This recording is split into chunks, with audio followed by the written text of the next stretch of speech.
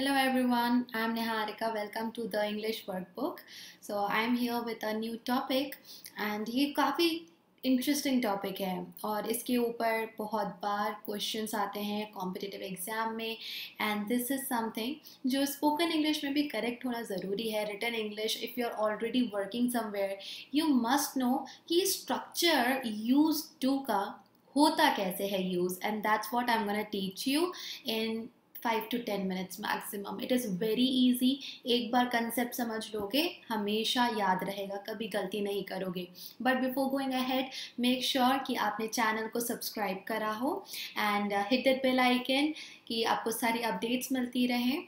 Also make sure to like and share the video. If you want to stay connected over social media handles, link आपको description box में मिलेंगी. Even my profile जो Unacademy पर है and my website The English Workbook उसकी भी details आपको description box में मिलेंगी. So let's now start. Used to. कई बार जब भी हम used to इस स्ट्रक्चर का यूज़ करते हैं उसके पीछे इन्फिनेटिव लगता है. ओके, बेयर इन्फिनेटिव जिसे कहा जाता है. कई बार इसी यूज टू के पीछे आईएनजी वाला फॉर्म लगता है. इसके बेस पर एज आई सेड सीधा क्वेश्चन आता है and how to know the difference. तो पहले तो आप एक जनरल आइडिया यूज टू का समझो. Use to comes under the family of modal verbs. Okay, technical ज़्यादा नहीं होंगे, इसका यूज समझेंगे. इसके लिए हमें उन बातों को समझना होगा जो पास्ट की होती हैं. ओके, सो आप इसका यूज़ किस लिए करते हो? प्राइमरी बेसिस पर व्हेनेवर आप इस पास्ट की कोई भी बात की मेंशन कर रहे हैं जो कि ऐसा था या किसी की आदत थी लेकिन अब नहीं है, वो सिचुएशन वो हैबिट हुआ करती थी. It is no more there in the present.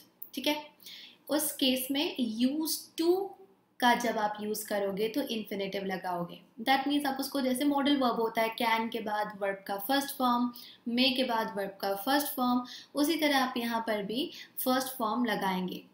She use to be, ये बी अपने आप में वर्ब का फर्स्ट फॉर्म हो गया. She use to be a runner when she was younger, जब वो यंगर थी, छोटी थी उम्र में, अभी जितनी है, एक रनर हुआ करती थी लेकिन अब नहीं है. पुरानी हैबिट, पुरानी situation. He didn't used to sleep very well, but then he started doing meditation and it really helped. Situation क्या थी? हमने did लगा दिया है तो use the को हटाकर use the first form लगाना पड़ा. बट हम बोल रहे हैं कि उसकी सिचुएशन, सोने की हैबिट तो नहीं कह सकते लेकिन ये जो पास्ट की सिचुएशन है वो अच्छे से सो नहीं पाता था, फिर उसने मेडिटेशन करना स्टार्ट करा और उसको बहुत मदद मिली. We use to come here, ये लेट्स इमेजिन बचपन में यहाँ हम जाया करते थे.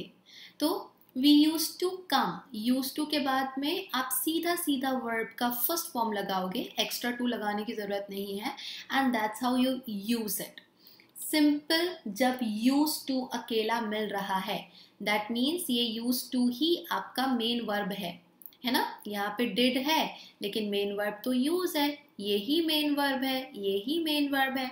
तो इस कंडीशन में जब आप पास्ट की बात बताओगे, ये बताओगे कि पास्ट में क्या सिचुएशन हुआ करती थी, कैसा हुआ करता था, हैबिट क्या हुआ करती थी, तब आप यूज टू के बाद में वर्ब का फर्स्ट फॉर्म लगाकर अपनी बात आगे बोलोगे.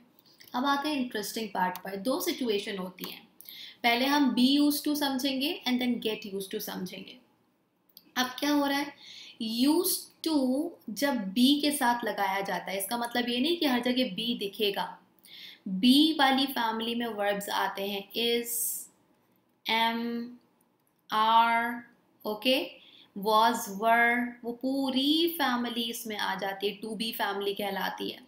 तो जब वो कोई दूसरा हेल्पिंग वर्ब होता है उसके साथ में यूज टू लगता है, ओके, तब हम इसके साथ जेरेंड लगाते हैं. जेरेंड का मतलब हो गया कि आपने उस वर्ब को आईएनजी फॉर्म में लगाया, ठीक है, बट नाउन की तरह फंक्शन करेगा. किसी दिन जेरेंड पर एक डिटेल सेशन लूंगी, बट फॉर नाउ अंडरस्टैंड कि फॉर्म क्या होता है. फॉर्म वर्ब का आईएनजी प्रेजेंट पार्टिसिपल फॉर्म होता है जिसे जेरेंड की तरह यूज करा जाता है। Understand this, okay. यूजुअली जब हम बात करते हैं she is used to, she was used to, she will get used to, तो इनके पीछे ना लगता है नाउन प्रोनाउन। अब जब नाउन प्रोनाउन खत्म हो गए, नाउन फैमिली से कुछ बचा नहीं, तब हमको जेरेंड की मदद लेनी पड़ती है। ये थोड़ा आर्टिफिशियल हाइब्रिड नाउन बोल दो, कुछ बोल दो कि नाउन फैमिली में मिला नहीं तो अलग से निकाल कर बनाना पड़ गया। देन वी सी कि ये जो आईएनजी फॉर्म है तब काम आता है। ओके, सो सबसे पहले अगर हम बी यूज टू का यूज देखें, इट मीन्स कि किसी के साथ फमिलियर होना, गेटिंग एक्स्टम टू समथिंग। होता है ना, कुछ काम करते करते हम उस चीज़ के आदतन हो जाते हैं। सो दैट आदतन होना इज बी यूज टू। अब स्ट्रक्चर कैसे मिलेगा यहाँ पर, जैसे she is use to the city. अब यहाँ पे मेरे पास सिटी नाउन था तो मैंने सिटी लिख दिया, है ना।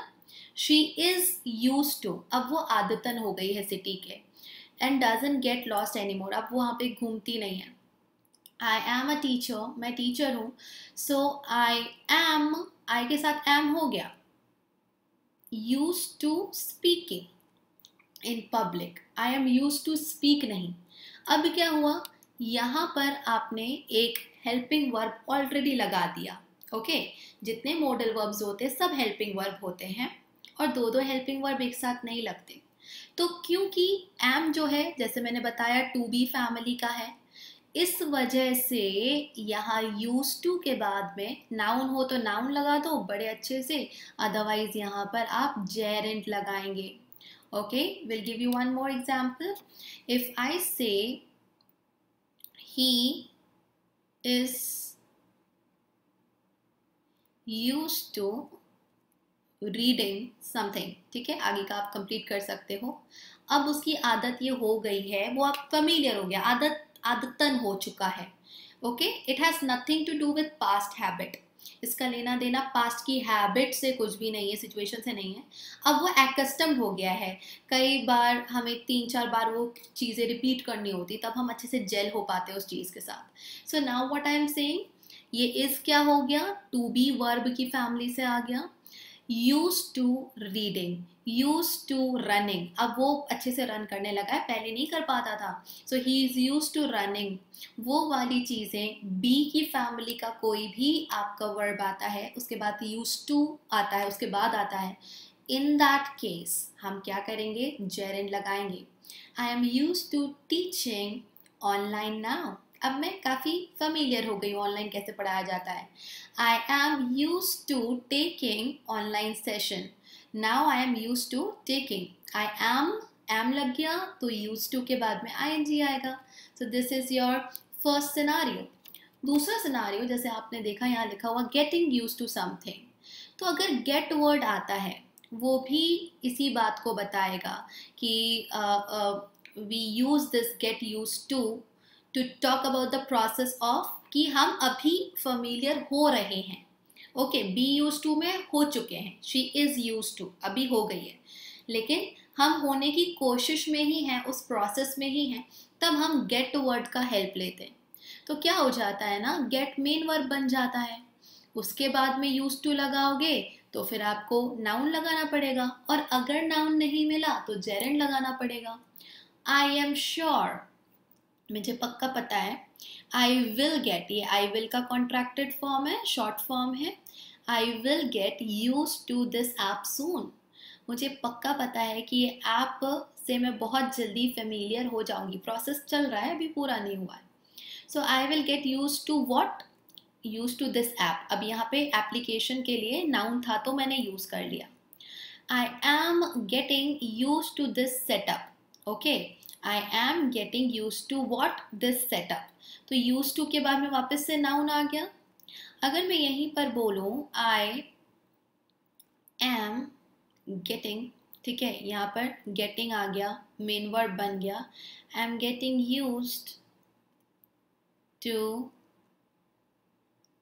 speaking French, अभी तक आया नहीं है, प्रोसेस शुरू हो चुका है, लेकिन अब मैं धीरे धीरे उसमें ढलती जा रही हूँ, familiar होती जा रही हूँ.